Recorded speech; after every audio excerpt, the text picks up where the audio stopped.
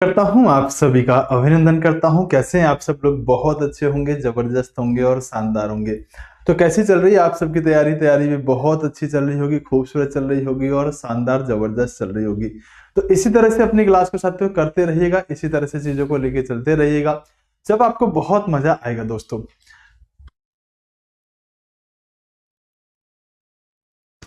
तो दोस्तों आप सभी एक बार जल्दी से फटाफट से आ जाइएगा, एक बार फटाफट से आ जाइएगा और फिर क्लास को शुरू करने वाले हैं।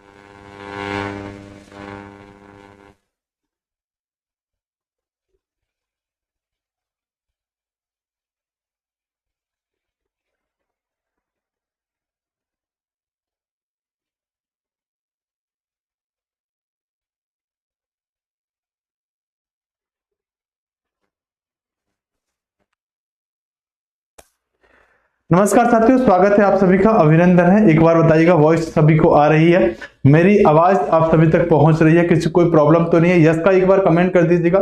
अगर मेरी आवाज आप सभी को आ रही है, सब कुछ ठीक है, तो एक बार यस का कमेंट कर दीजिएगा, जिससे कि मुझे साथियों अनुमान हो जाए। नमस्कार, सुस्वागतम, वेलकम साथियों, मैं सुशील यादव आप सभी का स्वागत करता हूं, आप सभी का अभिनंदन करता हूं एक शानदार, जोरदार, जबरदस्त सी क्लास में, जिसमें आप सबको बहुत मजा आने वाला है और बहुत बेहतरीन तरीके से साथियों हम चीजों को लेके चलने वाले हैं। तो क्या हाल चाल है आप सबके? हाँ भाई, क्या हाल चाल है आप सबके? जल्दी से एक बार बताइएगा, स्पीड से एक बार बताइएगा, कैसा चल रहा है आप सबका साथियों ये मंजर? तो बहुत सारे बच्चे तो परेशान होंगे, बहुत सारे बच्चे साथ तो खुश भी हो रहे होंगे, और खुश इसलिए हो रहे होंगे कि चलो अच्छा है भाई, चीजें अब आपकी सही जाने वाली हैं। और जो परेशान हो रहे होंगे वो ये सोच रहे होंगे कि भाई ये कैसे चीजें सर सही चली जाएंगी जब तक हमारी एग्जाम क्लियर होकर साथियों जॉब नहीं लगेगी। तो दोस्तों मैं आपको बताना चाहता हूँ, देखो आपकी जॉब भी लगेगी और चीजें बहुत सही भी जाएंगी, लेकिन उसके लिए आपको इंतजार करना पड़ेगा। क्या करना पड़ेगा? उसके लिए दोस्तों आपको इंतजार करना पड़ेगा। तो इंतजार करते रहिएगा, और इंतजार का जो मजा है वो साथियों बहुत बेहतरीन है, जबरदस्त है। चलिए छोड़िएगा, तो शुरू करते हैं दोस्तों, आइएगा। तो उसके लिए क्षमा चाहता हूं दोस्तों, और साथ के साथ बता देना चाहता हूं कि क्लास ना होने का कारण ये था साथियों कि मैं थोड़ा कुंभ स्नान करने के लिए गया था, तो वहां से क्लास होना पॉसिबल नहीं था, तो इसलिए कल हमारी क्लास नहीं हुई थी। ठीक है, बच्चे कमेंट कर रहे हैं कल क्लास क्यों नहीं हुआ था, तो थोड़ा बहुत भैया थोड़ा समय भी देना पड़ता है व्यक्तिगत चीजों को, तो वहां से पॉसिबल नहीं थी। लेकिन मैं अभी अभी जस्ट आया हूं और तुरंत साथियों आपका क्लास ही ले रहा हूं बिना किसी रेस्ट के। तो महाशिवरात्रि की आप सबको बहुत बहुत शुभकामनाएं। बहुत जबरदस्त तरीके से साथियों आप चीजें ले जा रहे होगे।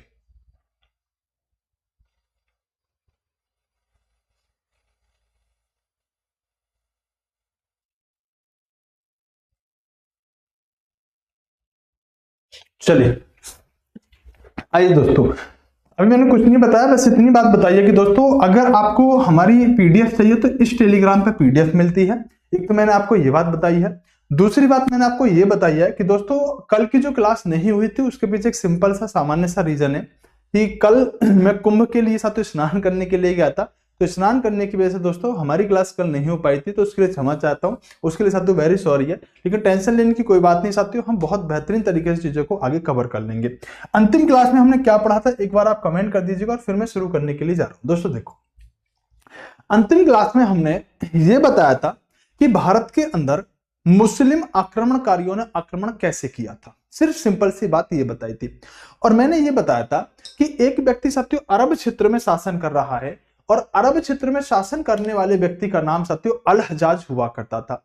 अल हजाज ने भारत के राजा दाहिर पर एक झूठा आरोप लगाया, और आरोप लगाने के साथ कहा कि तूने मेरा जहाज लूटा है, या तो सामान वापस कर या फिर मैं आक्रमण करूंगा। तो पहला अटैक 711 में एक असफल आक्रमण था जिसके साक्ष्य बहुत ज्यादा नहीं मिलते क्योंकि असफल था।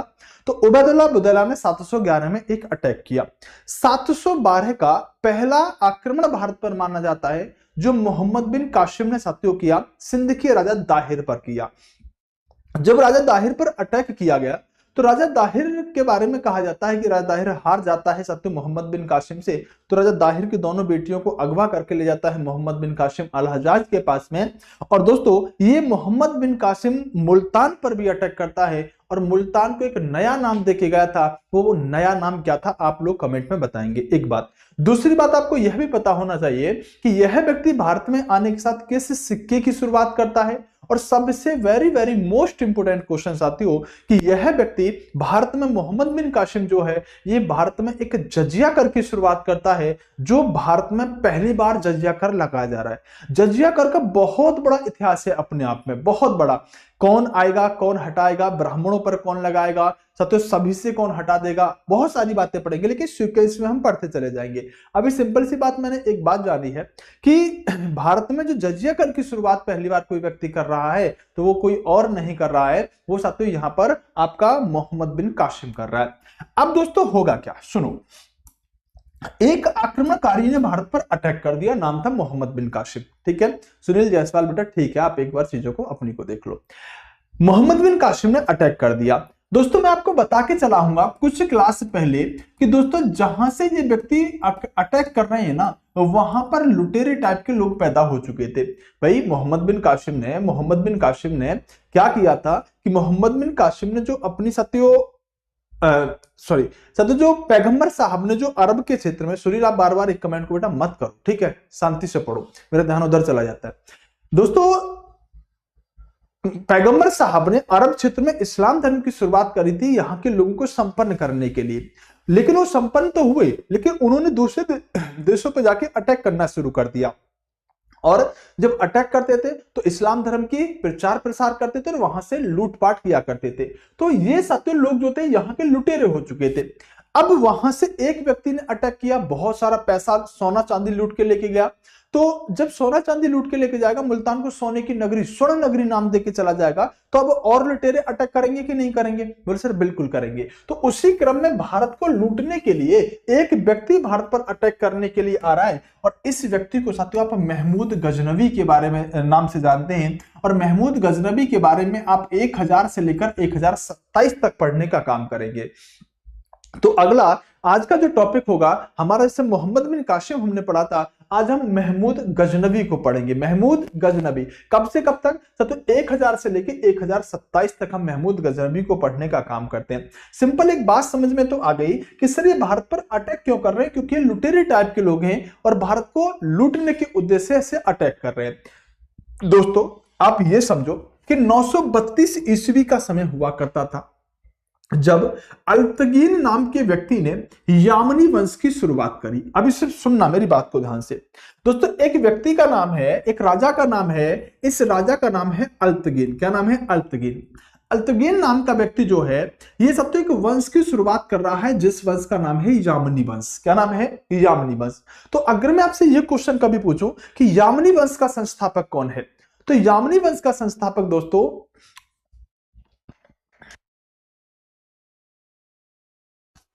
यामनी वंश का जो संस्थापक है वो साथियों अल्तगीन नाम का व्यक्ति है। अभी भूल जाओ कि अल्तगीन कौन है, सिर्फ एक क्वेश्चन याद रखो कि दोस्तों यामनी वंश की स्थापना करने वाला व्यक्ति अल्तगीन है।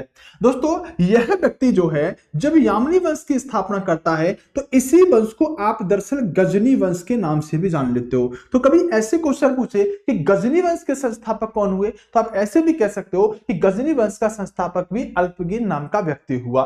दोस्तों ये जो अल्तगीन नाम का व्यक्ति है ये यामनी वंश यानी कि गजनी वंश की स्थापना कर देता है। और दोस्तों आगे चल के इस वंश को हम पढ़ेंगे, लेकिन यह जान लो कि जिस शासक को हम पढ़ने के लिए जा रहे हैं महमूद गजनवी को, वो महमूद गजनवी एक तुर्की आक्रमणकारी हुआ करता था। तुर्क क्षेत्र से साथियों उसने भारत पर अटैक करने का काम किया था।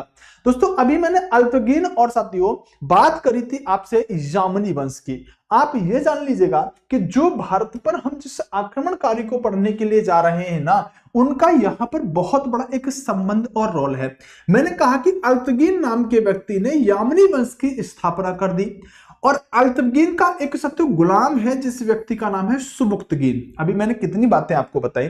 मैंने एक बात बताई कि बेटा यामनी वंश या गजनी वंश के संस्थापक का नाम अल्पगिन है। अल्पगिन के गुलाम का नाम क्या है? तो अल्पगिन के गुलाम का नाम है सुबुक्तगिन। क्या नाम है? अल्पगिन के गुलाम का नाम है सुबुक्तगिन, और अल्पगिन वह व्यक्ति है जिसने यामनी वंश की स्थापना कर दी। ऐसे समझो, मान लो साथियों, मान लो नहीं, इस एग्जांपल को बाद में देंगे, पहले समझो। सुबुक्तगिन जो है वो साथियों अल्पगिन का गुलाम है। सुबुक्तगिन के मन में एक बार आया कि चलो भाई भारत पर अटैक करते हैं। अभी हम महमूद गजनवी की बात ही नहीं कर रहे।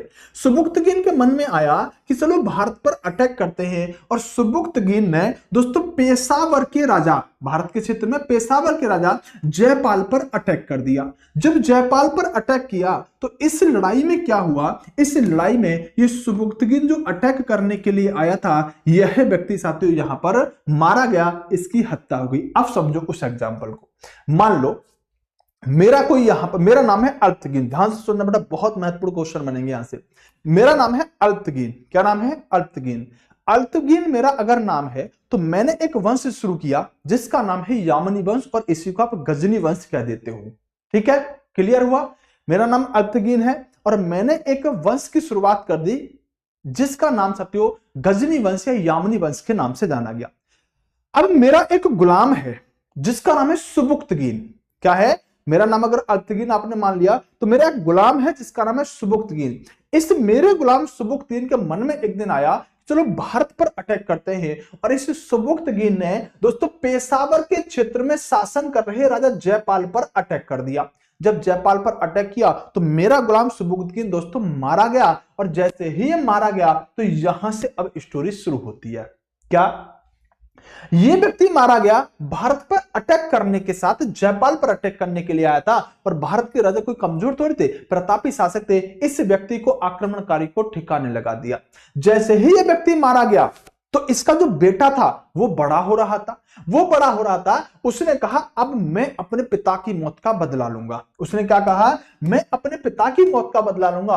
और सुबुक्तगिन जो हुआ करता था, जो अभी मरा है दोस्तों, उसी का बेटा है दोस्तों महमूद गजनवी, जिसको आज हम पढ़ने वाले हैं। तो देखो मैंने कहानी कितने पीछे से उठाई है, जानते हो क्यों उठाई है? बताता हूं, सुनो दोस्तों। मैंने आपसे कहा कि अल्पगिन वंश की शुरुआत जो की गई, यामनी वंश की शुरुआत जो की गई वो अल्पगिन ने करी। और अल्पगिन जो है ये दोस्तों हमारे देश से इसका कोई मतलब नहीं है, बस मतलब इस बात का है कि अल्पगिन का जो गुलाम है सुबुक्तगिन, वो महमूद गजनवी का पिता है। तो क्या कहा कि अल्पगिन ने यामनी वंश की स्थापना करी, क्योंकि हम पढ़ने जा रहे हैं तो महमूद गजनवी, तो महमूद गजनवी से पहले अल्पगिन ने यामनी वंश या गजनी वंश की स्थापना करी।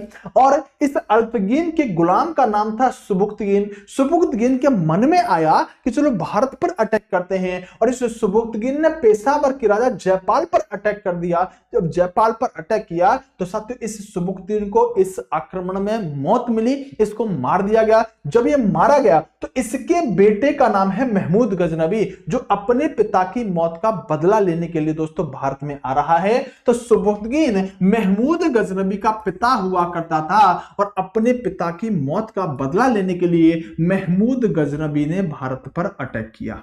क्या किया?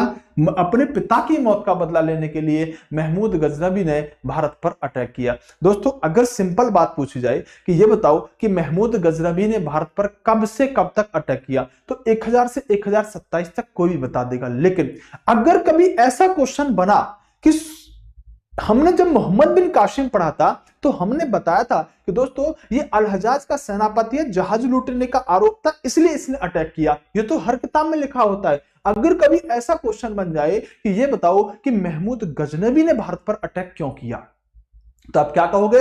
अपने पिता की मौत का बदला लेने के लिए। अगर मैं कहूं बेटा ये बताओ कि महमूद गजनबी ने भारत पर अटैक क्यों किया, कब किया, ये मतलब नहीं है, क्यों किया, तो आप जवाब क्या दोगे, अपने पिता की मौत का बदला लेने के लिए। मैं कहूंगा इसके पिता का क्या नाम था, तो कहोगे इसके पिता का नाम सुबुक्तगीन हुआ करता था।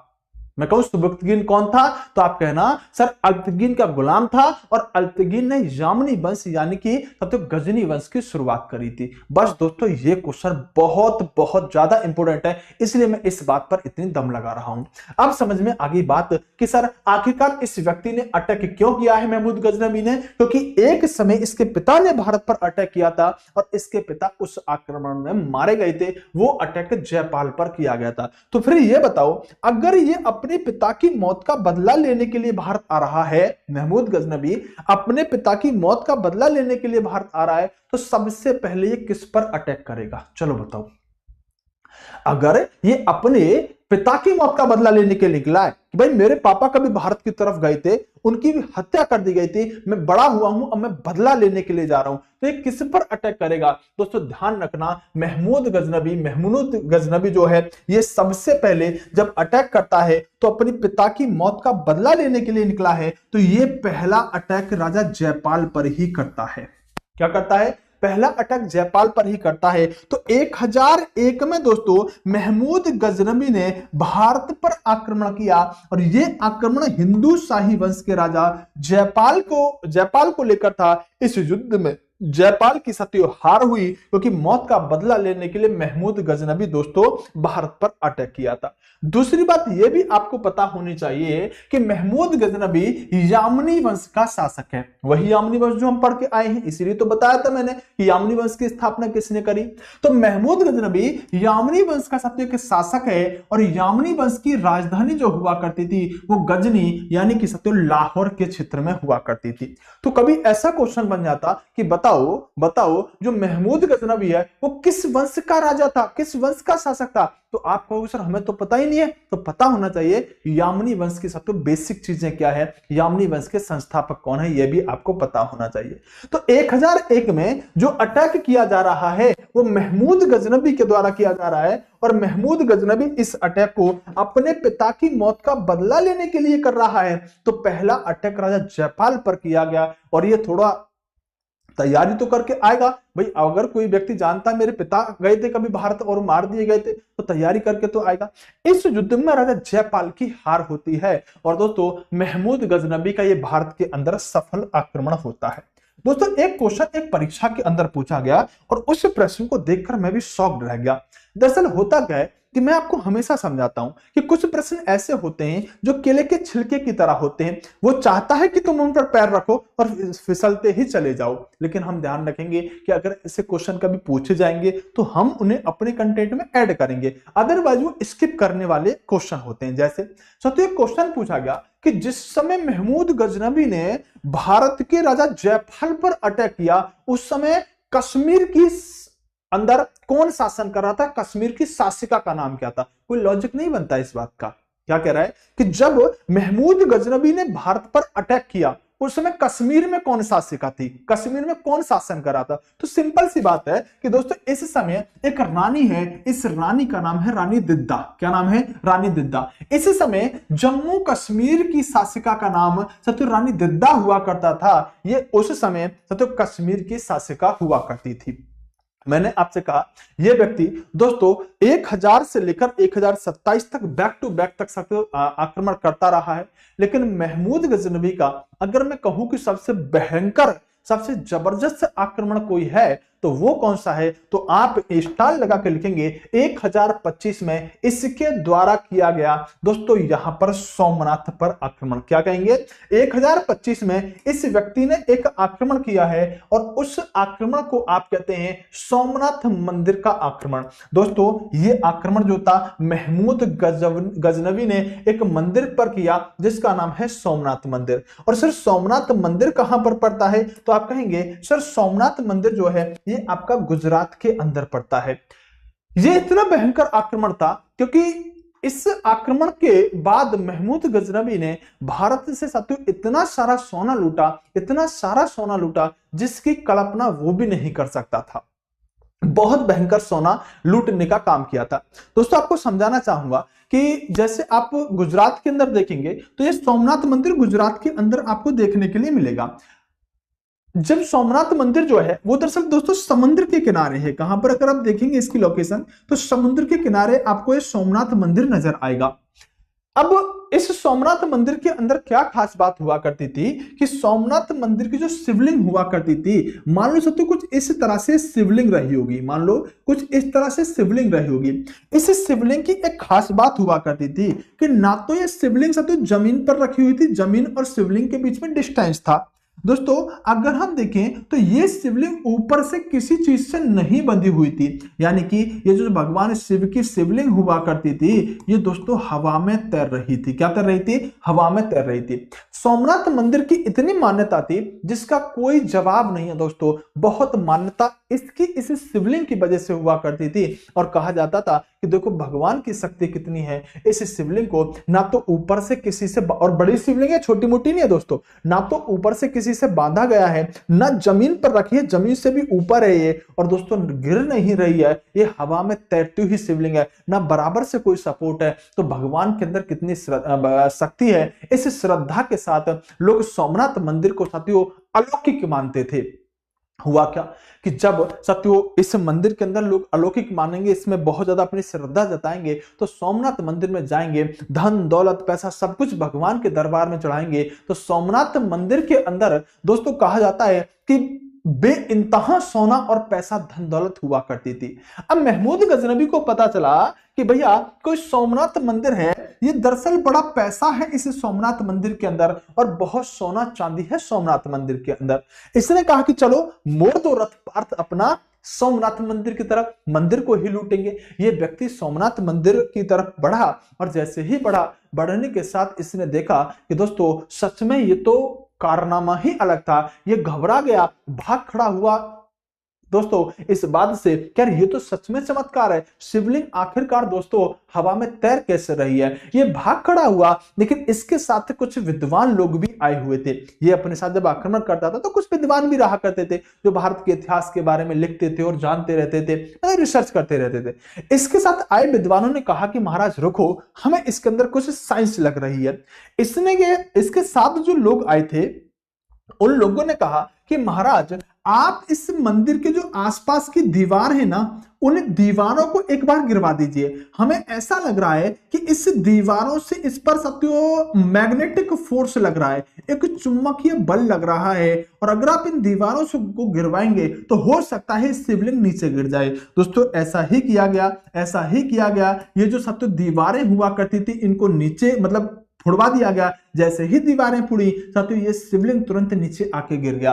दोस्तों कहा जाता है कि ये व्यक्ति बड़ा खुश हुआ। इसने कहा कोई चमत्कार वगैरह नहीं था, सब कुछ साइंस था। इसने भयंकर लूट यहां पर सोमनाथ मंदिर के अंदर करी। और दोस्तों भारत के लोगों की श्रद्धा आप जानते हैं, भारत के लोग कितने खतरनाक होते हैं। भारत के लोग ऐसा सोचते हैं कि अगर आप यहां पर कुछ गलत कर्म करोगे तो एक अदालत ऊपर है, आप यहां पर किए गए अपने हर गुनाह हर कर्म का जवाब ऊपर वाली अदालत में जाके दोगे। जबकि ये व्यक्ति सोचते थे जितना गलत कर्म करना है कर लो, अपनी जन्नत है, जहन्नुम है, स्वर्ग है, नरक है, सब कुछ इसी जन्म में है, ऊपर जाने के बाद कुछ चीज होता ही नहीं है। ये ऐसा सत्य इस्लाम धर्म के लोग सोचते थे। हमारे यहाँ के लोग अगर रास्ते में चलते हैं एक सत्य चींटी भी मर जाए तो बड़ा अफसोस करते हैं कि चींटी मर गई। ये जिंदे आदमी का गर्दन कलम कर दिया करते थे, इन्हें कोई फर्क नहीं पड़ता था। इनकी सोच और भारतीय लोगों की सोच अलग हुआ करती थी। भारतीय लोग साथियों मैं आपको बताना चाहूंगा कि जिस समय सोमनाथ मंदिर लूटा जा रहा है, अगर आप उस समय देखें तो सोमनाथ मंदिर के प्रांगण के अंदर अगर आप साधु संतों की अगर आप संख्या को देखेंगे तो जितनी सेना महमूद गजनबी लेके आया है ना भारत में, उससे कई गुना ज्यादा साधु संत मंदिर के प्रांगण में बैठे हुए थे, मंदिर के कैंपस में बैठे हुए थे। अगर लेके चिमटा लेके कमंडल अगर सीधे पड़ गए होते महमूद गजनबी की तरफ तो महमूद गजनबी की सेना भाग खड़ी होती। आप समझने की कोशिश करो। लेकिन भगवान के अंदर श्रद्धा भारतीय लोगों की आप जानते हैं, सुभान अल्लाह। दोस्तों ये भारत के लोग कहते हैं कि अगर महमूद गजनवी आया, सेना लेकर, तलवार लेकर आ रहा है, भारत के लोग बैठकर देख रहे हैं, कह रहे मंदिर लूटेगा, भगवान का घर है, भगवान इसे माफ नहीं करेगा। ये अपना कमांडर चिमटा लेकर बैठे हैं, वो मंदिर लूट रहा है, वो दीवार तोड़ रहा है, और भारत के लोग क्या कर रहे हैं? भारत के लोग कह रहे हैं सत्यानाश हो जाएगा इसका, भगवान इसे नहीं छोड़ेगा।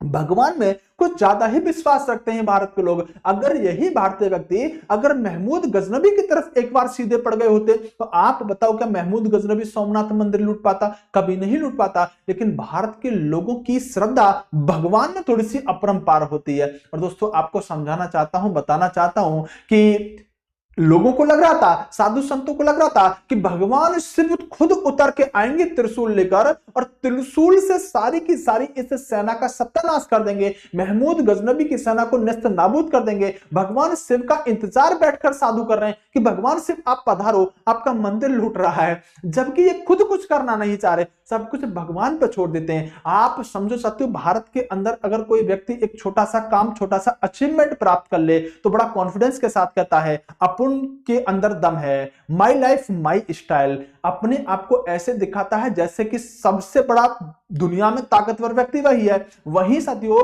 अगर भारत के व्यक्ति का कोई काम बिगड़ जाए, उसके बस की ना हो, संभल ना रहो, तो कहता है भगवान अब तेरे भरोसे, देख लेना, जरा संभाल देना। फिर शक्तिमान बनने की कोशिश नहीं करता। भारत के लोगों की अलग साथियों अपनी स्टाइल होती है। आपको बताना चाहूंगा कि दोस्तों भारत के लोग जब मंदिर लुट रहा है तो मंदिर के बाहर खड़े होकर देख रहे हैं और कह रहे हैं भगवान पधारो ना, भगवान पधारो ना। भगवान कहां से पधारेंगे? आपको बताना चाहूंगा, एक गांव के अंदर भयंकर बाढ़ आ गई, एक गांव में एक भयंकर बाढ़ आ गई, पानी ही पानी साथियों, आज बिलू है पानी ही पानी, पानी ही पानी हो रहा था। एक बाबा, एक साधु संत एक कुटिया में गांव के अंदर रहा करते थे। बाबा को पता चला बाढ़ आ गई है, बाढ़ का पानी बढ़ता जा रहा है। बाबा भगवान का साथियों ध्यान बहुत लगाया करते थे, भगवान पर अटूट विश्वास था, क्योंकि पूरा जीवन ही भगवान को समर्पित बाबा ने कर दिया था, पूरा जीवन समर्पित कर दिया था। बाबा इंतजार कर रहे हैं कि अरे पानी बढ़ रहा है, मेरा क्या बिगाड़ेगा, मुझ पर भगवान की नजर है, मुझ पर भगवान की कृपा है, पानी मेरा क्या बिगाड़ेगा। पानी बढ़ता गया, पानी बढ़ता गया। पूरे गांव के लोग अपना सामान लेकर, अपना सत्य बिस्तर गोल करके जाके एक ऊंची पहाड़ी पे जाके खड़े हो गए। पानी बढ़ रहा है, गांव डूबना है, और बाबा कुटिया में बैठकर सिर्फ एक बात कर रहा है, अरे भगवान है ना, मैंने पूरा जीवन भगवान को दिया है, मुझे भगवान बचाने खुद आएंगे, मेरा कोई क्या बिगाड़ सकता है। पानी बढ़ता गया, बाबा बैठे रहे, पानी बढ़ता गया, बाबा बैठे रहे, पानी बढ़ता गया, बाबा बैठे रहे। दोस्तों देखते देखते पानी यहां तक आ गया। जब पानी यहां तक आ गया तो एक बच्चा नाव लेके गुजर रहा था, ऊंचे टापू की तरफ जा रहा था। बच्चा बाबा को देखा, बाबा को देखकर नाव बाबा के पास लेके गया, बोले बाबा पानी बढ़ रहा है, बैठो। बाबा ने कहा भगवान खुद आएंगे। बाबा ने क्या कहा? भगवान खुद आएंगे। बाबा ने कहा, बच्चे ने कहा बाबा बैठ जाओ, पानी बहुत तेज बढ़ रहा है। बाबा ने कहा अरे मुझे भगवान पे विश्वास है। बच्चे ने फिर कहा बाबा बैठना है तो नाव में बैठ जाओ, मैं निकलता हूं। बाबा ने कहा कि तुझे बोला नहीं एक बार, मुझे भगवान पे विश्वास है, भगवान खुद बचाने के लिए आएंगे। बच्चा नाव में चप्पू लगा के आगे बढ़ गया। देखते देखते पानी यहां यहां यहां और यहां, बाबा राम नाम सत्य है, बाबा ऊपर पहुंच गए, बाबा एक्सपायर कर गए। बाबा जब एक्सपायर किए, बाबा की मुलाकात ऊपर जाके मानो भगवान से हुई। भगवान से सबसे पहला क्वेश्चन बाबा का क्या लगता है आपको? पूरा जीवन तुम्हें दिया, अंतिम समय पे मुझे बचाने के लिए नहीं आए, किस बात की भक्ति, किस बात का विश्वास, कैसे तुमको मैं मानूं कि तुम हो? आप बताओ, जब मुझे अंतिम समय में तुम्हारी जरूरत थी, मैं डूब रहा था, गांव में बाढ़ आ गई थी, मेरा विश्वास तुम बता, तुम मुझे बचाने तक नहीं आए। भगवान ने जवाब दिया, बोले आया तो था, 3 बार कहा था नाव में बैठ जा, तू बैठा था क्या? तो जरूरी नहीं है कि भगवान भगवान के रूप में ही आए। बच्चा 3 बार बाबा से कह रहा था बैठ जाओ, बाबा कह रहा भगवान बचाने के लिए आएंगे। ये लोग तमाशा देख रहे हैं, मंदिर लूटा जा रहा है, बोले भगवान खुद आएंगे। भगवान कहां से आएंगे आप मुझे जरा बताओ, आएंगे क्या? नहीं आएंगे। मंदिर लूटा गया और भयंकर लेवल पर मंदिर लूटा गया। दोस्तों भारत के अंदर यही प्रॉब्लम हुआ करती थी।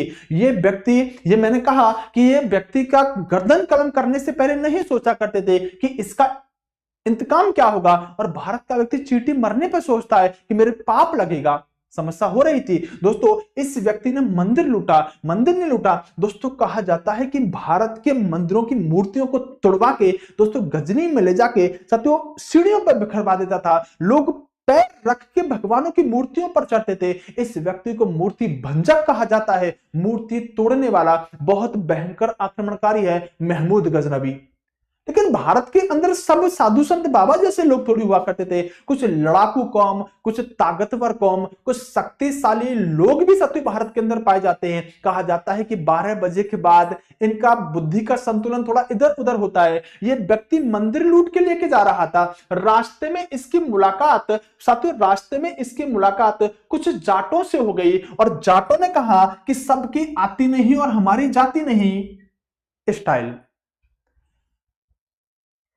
आपको बताना चाहूंगा कि यहां पर यह समस्या हुई कि जाटों से इसकी मुलाकात हो गई। और मैंने बताया कि जाट मतलब एक लड़ाई, कहते हैं कि अनपढ़ जाट पढ़ा जैसा और पढ़ा जाट जैसे खुदा जैसा।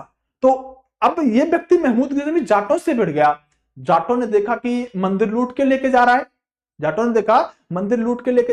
जाटों ने साथियों इसको पकड़ के कूटना शुरू कर दिया। बोले मंदिर लूट के लेके जा रहा है। दोस्तों कहा जाता है कि कुटाई तो की, जो सामान लूट के लेके जा रहा था उसमें से बहुत सारा सामान जाटों ने रख लिया। ये व्यक्ति लूटने के बाद भी जाटों से, मतलब मंदिर लूटने के बाद खुद जाटों से लूट गया। लेकिन व्यक्ति बड़ा खतरनाक था, लुटेरा टाइप का था। इसने कहा जाटो मैं तुम्हें नहीं छोड़ूंगा। इस व्यक्ति ने अपना 1027 में अंतिम आक्रमण किया और अंतिम आक्रमण जो कि महमूद गजनबी ने भारत पर किया था वो इन जाटों के विरुद्ध ही किया था, क्योंकि सोमनाथ मंदिर लूटकर ले जाते समय इस व्यक्ति को जाटों ने लूटा था। बदला लेने के लिए अंतिम आक्रमण 1027 पर महमूद गजनबी ने भारत पर जाटों, मतलब जाटों के खिलाफ इसने अटैक किया था। यह इसका अंतिम आक्रमण माना जाता है। 1 जाट जाट, 2 जाट मौज, 3 जाट कंपनी, 4 जाट फौज। हाँ अगर 50 जाट हो गए तो फिर दुनिया विश्व।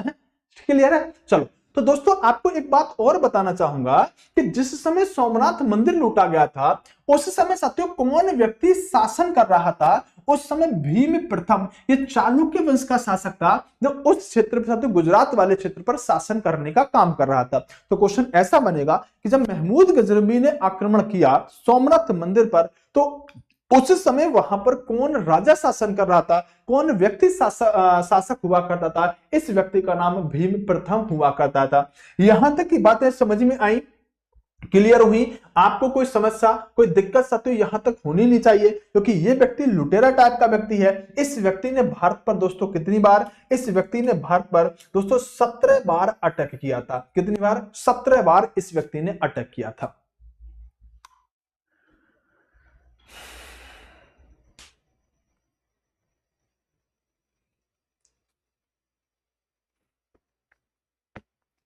ये मंदिर कहां है? ये मंदिर बेटा अभी बताया हमने गुजरात में पड़ता है, गुजरात में। अच्छा ये मंदिर कहां है बेटा? हमने बताया तो मंदिर कहां पर है? मंदिर सोमनाथ मंदिर बताया ना, ये गुजरात के अंदर अवस्थित पड़ता है। गुजरात के अंदर साथियों अगर आप जाएंगे तो गुजरात के अंदर ये कौन सा डिस्ट्रिक्ट लगेगा? आई थिंक राजकोट डिस्ट्रिक्ट लगेगा, है ना। गुजरात में राजकोट लगेगा, जूनागढ़ लगेगा, ठीक है। अहमदाबाद से जब जाएंगे, अहमदाबाद से लगभग 6-7 घंटे आगे चलेगा तो राजकोट डिस्ट्रिक्ट है और उससे आगे आई थिंक जूनागढ़ डिस्ट्रिक्ट लगता है। जूनागढ़ डिस्ट्रिक्ट में साथियों वहां पर एक स्टेशन पड़ता है वेरावल, वेरावल से अगला एक स्टेशन पड़ता है साथियों सोमनाथ के नाम से। अभी तो उसको दोबारा से बनाया जा रहा है, तो अभी जब अगर आप जाएंगे तो आपको वेरावल स्टेशन पर ही ट्रेन रुक जाती है। जो आपका सोमनाथ स्टेशन है तो सोमनाथ तक ट्रेन नहीं जाती, तो वेरावल से उतर के ऑटो से फिर आप जाएंगे तो आप साथियों जब आगे पहुंचेंगे तो वहां सोमनाथ मंदिर समुद्र के किनारे देखने के लिए मिलेगा। गुजरात के अंदर ये आपको देखने के लिए मिलेगा, ठीक है। हाँ सोमनाथ स्टेशन है, लेकिन सोमनाथ अभी बेटा वो बंद कर दिया, सोमनाथ तक आप नहीं जा सकते, स्टेशन तक नहीं जा सकते, तो दोबारा से बनाया जा रहा है सोमनाथ स्टेशन को। कुछ स्टेशनों का भी आधुनिकीकरण किया जा रहा है ना, तो उसमें सोमनाथ को भी किया जा रहा है। गुरुजी आपके पढ़ाने का तरीका सबसे अलग है, आपसे पढ़कर मजा आ रहा है। हाँ बेटा आना भी चाहिए। देखो सोमनाथ मंदिर बनाने की संबंध में अगर मैं बात करूं ना, तो सोमनाथ मंदिर के बनाने के संबंध में कई सारे राजाओं का नाम जोड़ा जाता है ना, क्योंकि इसको तोड़ दिया फिर दोबारा बनाया, है ना, तो कई सारे व्यक्तियों का नाम इसके साथ जोड़ा जाता है, एक व्यक्ति नहीं कह सकते।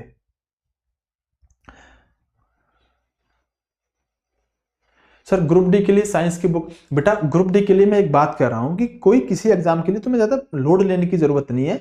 आप जितना मैं पढ़ा रहा हूं बस उतना कवर करते चलो यारो।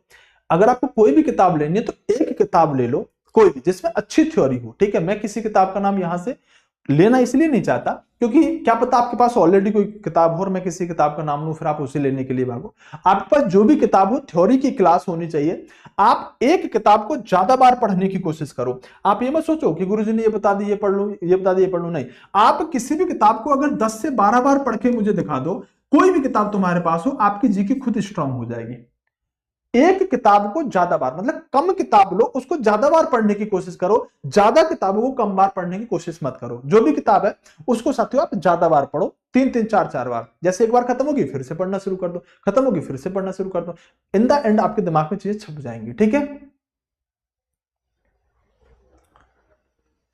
सर एनटीपीसी के लिए क्लास सही है बेटा, किसी भी एग्जाम की आप तैयारी कर रहे हो ना जिसमें जीके आती है उसके लिए ये क्लास रामबाण है। चाहे आप किसी भी एग्जाम की तैयारी कर रहे हो, आप ऐसे समझो आप किसी स्टेट की पुलिस की एग्जाम की तैयारी कर रहे हो, मैंने आपको महमूद गजनबी पढ़ाया, आप फटाफट से जाओ प्रीवियस ईयर के क्वेश्चन महमूद गजनबी के उठाओ और ये देखो कि गुरुजी के पढ़ाइयों में से यूपी पुलिस के, दिल्ली पुलिस के, आरपीएफ के, किसी भी पुलिस के क्वेश्चन लग रहे हैं कि नहीं लग रहे हैं। मैं कहता हूं जीके जहां भी आती है ना वहां हमारी जीके फंसती है किसी भी एग्जाम में। बस आप इतना जान लो और एक बार में ही जान लो।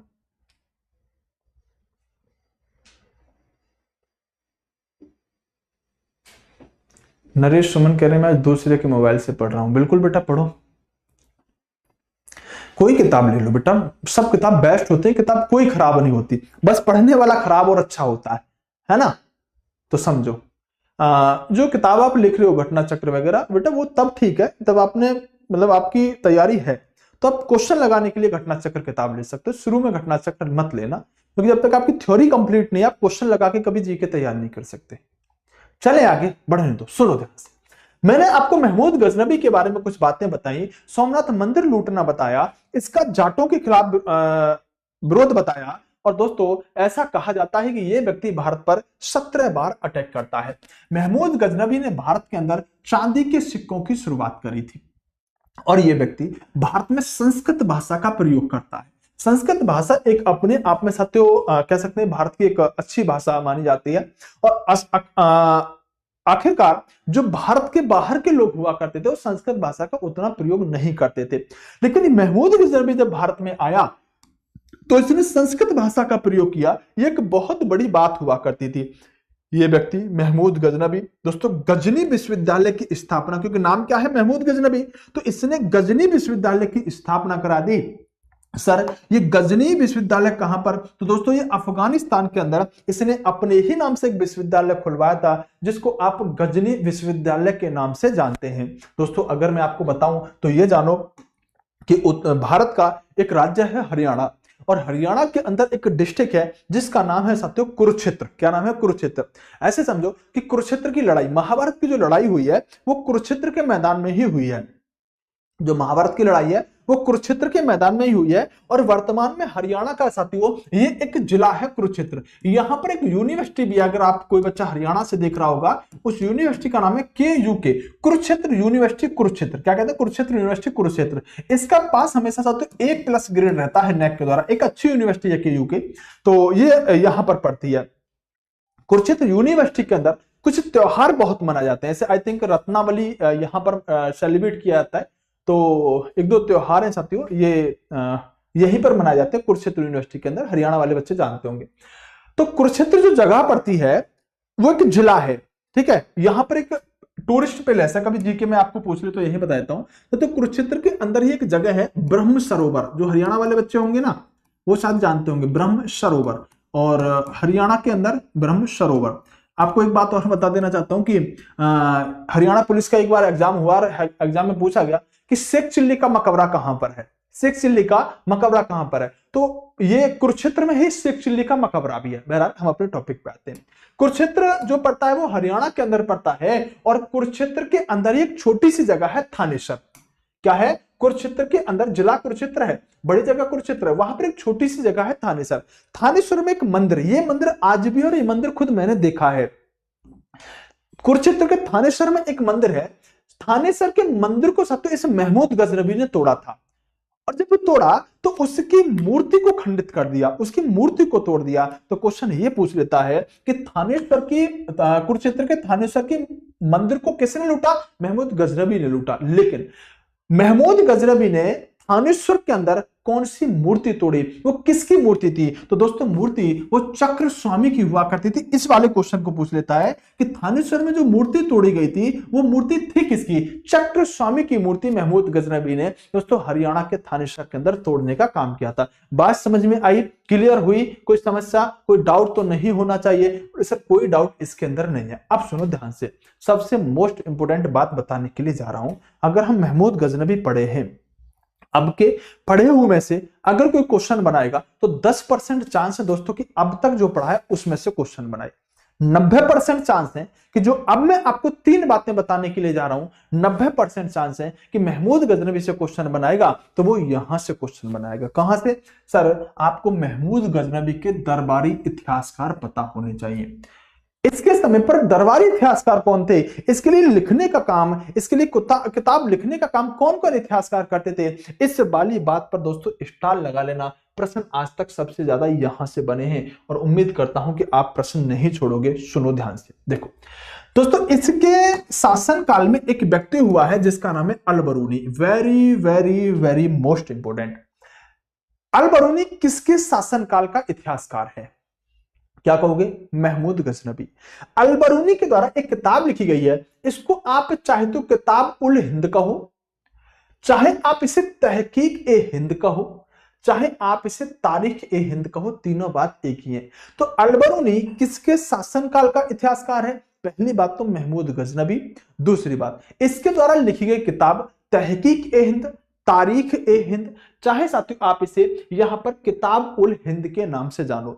अगर इन तीनों में भी नामों की बात करूं तो ये वाला नाम साथियों आपसे ज्यादा पूछता कि किताब उल हिंद किसने लिखी, लेकिन कहे तहकीक ए हिंद तो समझ जाएगा इसी को पूछ रहा है, कहे तारीख ए हिंद तो समझ जाएगा अलबरूनी की ही बात कर रहा है। तो एक इतिहासकार हुआ जिसका नाम मैंने आपको अलबरूनी बताया। वेरी वेरी मोस्ट इंपोर्टेंट दोस्तों। अगला एक इसके समय का ही इतिहासकार है जिसका नाम है फिरदौसी। फिरदौसी के द्वारा एक किताब लिखी गई, वेरी वेरी मोस्ट इंपोर्टेंट है। इस किताब का नाम है दोस्तों, इसे आप शाहनामा के नाम से जानते हो। कहेगा शाहनामा किसकी किताब है? कहो फिरदौसी। कहे फिरदौसी किसके समय का शासनकाल है, किसके दरबार का इतिहासकार है? तो आप कहेंगे महमूद गजनबी। दोस्तों ये जो शाहनामा नाम की किताब है ना, जो शाहनामा नाम की किताब है ना, इस शाहनामा किताब को ही अफगानिस्तान का महाभारत कह देते हैं। तो क्वेश्चन बनेगा, बताओ अफगानिस्तान का महाभारत किस किताब को कहा जाता है? तो आप कहेंगे कि ये तो छोड़ो, किस किताब को कहा जाता है, हम ये बताएंगे वो किताब किसने लिखी है। कहोगे शाहनामा, ये फिरदौसी के द्वारा लिखी गई है। दोस्तों महमूद गजनबी के दरबार में एक और इतिहासकार रहा है और इस इतिहासकार का नाम है उत्बी। क्या नाम है? उत्बी। उत्बी ने तो एक किताब लिखी, इसे किताब उल यामनी के नाम से जानते हो। और दोस्तों शचनामा जो किताब है उसका फारसी अनुवाद यही व्यक्ति उत्बी करता है। तो इसकी किताब का नाम किताब उल यामनी। और दोस्तों ये उत्बी, फिरदौसी और Al-Biruni very very very most important है। ये तीनों ही व्यक्ति आपको और इनकी किताब आपको पता होनी चाहिए। अब दोस्तों देखो आपके सामने प्रश्न समस्या क्या आई। अभी कुछ दिन पहले एक क्वेश्चन पूछा गया। क्या पूछा गया? कुछ दिन पहले एक क्वेश्चन पूछा गया। क्वेश्चन की साथ जरा फितरत जानिएगा। क्वेश्चन सिंपल सा है, मैं शॉर्ट में लिखूंगा, आप पूरा समझना, ठीक है? लिखता हूं मैं, पढ़ते हो ना तुम। मैंने कहा कि ये बताओ कि जो महमूद गजनबी है, क्या लिखा मैंने कहा कि साथियों जो महमूद गजनबी है, महमूद गजनबी का दरबारी इतिहासकार, ध्यान से सुनना, क्वेश्चन में शॉर्ट में लिख दे रहा हूं, ठीक है? महमूद गजनबी का दरबारी इतिहासकार, ठीक है, कौन था? मैंने सिंपल क्वेश्चन पूछा। अब मैं आपको ऑप्शन दे रहा हूं, ठीक है? पहला ऑप्शन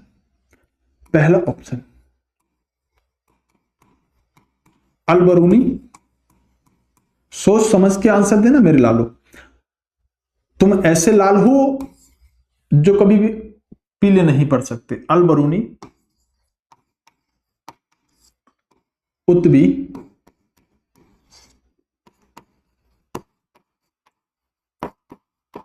फिरदौसी, इनमें से कोई नहीं। समझ तो पाए हो ना बच्चे? ऐसा तो नहीं कोई इंग्लिश वाला का सर समझ में नहीं आया, इनमें से कोई नहीं। सिंपल मैंने एक क्वेश्चन पूछा है, महमूद गजनबी के दरबारी इतिहासकार कौन था, और ऑप्शन आपके सामने है, लगाना आंसर। फंस गए ना?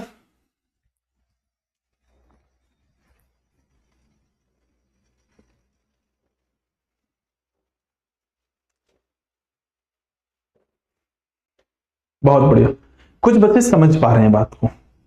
एक करा अल्बोरिनी 100%। अब आप कहोगे सर ये क्या किया तुमने, ये तो चीटिंग करी हमारे साथ। अभी तो तुमने कहा कि महमूद गजनबी के दरबारी इतिहासकार अल्बरूनी, उतबी और फिरदौसी थे, और अब तुम कह रहे हो कि महमूद गजनबी का दरबारी इतिहासकार कौन था। तो यहां पर एक ऑप्शन आपको डालना चाहिए ना कि ये सभी है। यही गलती हुई है क्या मुझसे? यहां पर एक क्वेश्चन डालना चाहिए ना, मेरे को एक ऑप्शन ऐसे लिखना चाहिए ना, ये सभी, तो आप फटाफट से उससे आंसर मार दोगे। मुझे भी ऐसे ही लगा जब ये क्वेश्चन मैंने साथियों आज से 3 साल पहले देखा था। मैंने कहा क्वेश्चन के अंदर शायद कुछ मिस्टेक रही है, यहां एक ऑप्शन होना चाहिए इनमें से कोई नहीं। लेकिन मैंने कहा जिस एग्जाम में क्वेश्चन पूछा गया वो कमीशन तो गलती नहीं कर सकता, वो कमीशन तो नहीं गलती कर सकता। मैंने इस क्वेश्चन पर रिसर्च करी और ये क्वेश्चन हूबहू इसी ऑप्शन के साथ एग्जाम में आया था। बता इसलिए रहा हूं कि ये क्वेश्चन आपको प्रीवियस ईयर में कहीं ना कहीं किसी किताब में देखने के लिए मिलेगा, और हो सकता है कि आपके पेपर के अंदर भी ये क्वेश्चन देखने के लिए मिल जाए। तब इस कंडीशन में आंसर क्या लगाना है? तब इस कंडीशन में आपको आंसर उत्बी लगाना है। क्या लगाएंगे? तब इस कंडीशन में आपको आंसर उत्बी लगाना। सर क्यों? कोई थॉट हो, कोई इसका एविडेंस हो, कोई प्रूफ तो हो, हम क्यों उत्बी लगाएंगे? तो दोस्तों बताना चाहूंगा कि ये इसके समकालीन थे, अल्बरूनी और फिरदौसी। उत्बी इसके दरबार में बैठ के लिखता था, उत्बी इसके दरबार में रह के लिखता था। तो जब भी इस ऑप्शन के साथ क्वेश्चन बने तो आपको आंसर उत्बी लगाना पड़ेगा। मेरी बात समझ में आई कि नहीं आई? आप ये बताओ, मेरी बात समझ में आई कि नहीं आई? हाँ और ना में एक बार जल्दी से मुझे जवाब दे दो, हाँ और ना में एक बार मुझे जवाब दे दो। इसलिए मैंने अपने कंटेंट में उस दिन ऐड किया था। मुझे आज भी याद है कि दोस्तों अगर महमूद गजनबी का दरबारी इतिहासकार पूछा जाए तो उत्तर आपको उत्बी देना है, जब बाकी के साथ तीनों इसके दरबार के ही लोग दिए गए हों। ध्यान रखिएगा दोस्तों, 1030 वह समय हुआ करता था जब महमूद गजनबी की दोस्तों मृत्यु हो जाती है, जब महमूद गजनबी इस दुनिया के अंदर नहीं रहते हैं। यहां तक किसी को कोई डाउट है तो एक बार फटाफट से बताओ। और छोटी सी साथियों को रिक्वेस्ट, एक आप सबसे आग्रह कि वीडियो को लाइक नहीं किया है तो बेटा फिर कर दिया करो, ठीक है? चैनल सब्सक्राइब करके वीडियो लाइक करके बैठा करो। क्लास कैसी लगी कमेंट बॉक्स में बेटा आजकल बता नहीं रहे हो, आप बताया करो।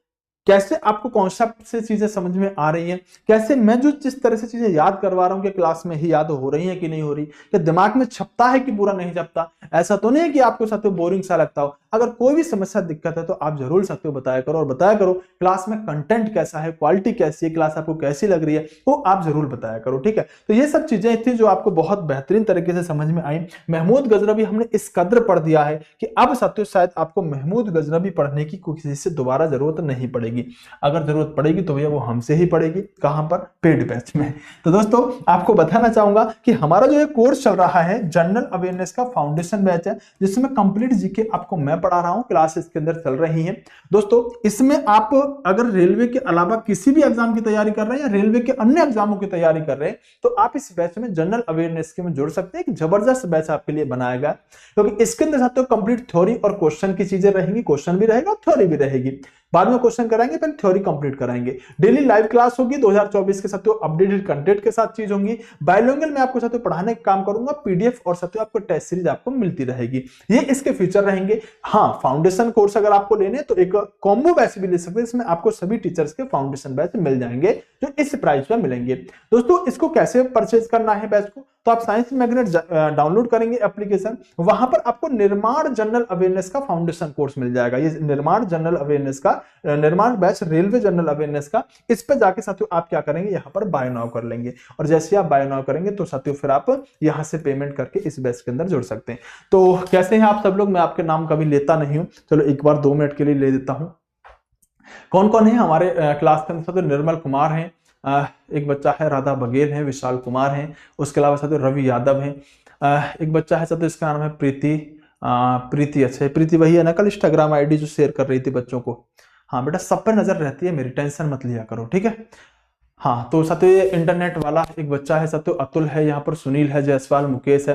जैसे मैं पढ़ाने आता हूँ ना, तो पढ़ाने से पहले बच्चे यहाँ चैट कर रहे होते हैं। तो कल ये बहुत फॉलो बैक और फॉलो चल रहा था इनमें इंस्टाग्राम में, तो मैंने देखा था, मैंने कहा अच्छा बेटा ठीक है, मैं बताऊंगा तुमको।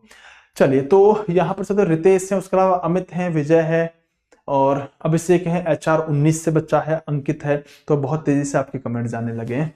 हाँ, एक बच्चे ने तो मेरा ही बना रखा है, सुशील यादव सर का लाडला। अच्छा ठीक है भाई लाडले, वेलकम है तेरा।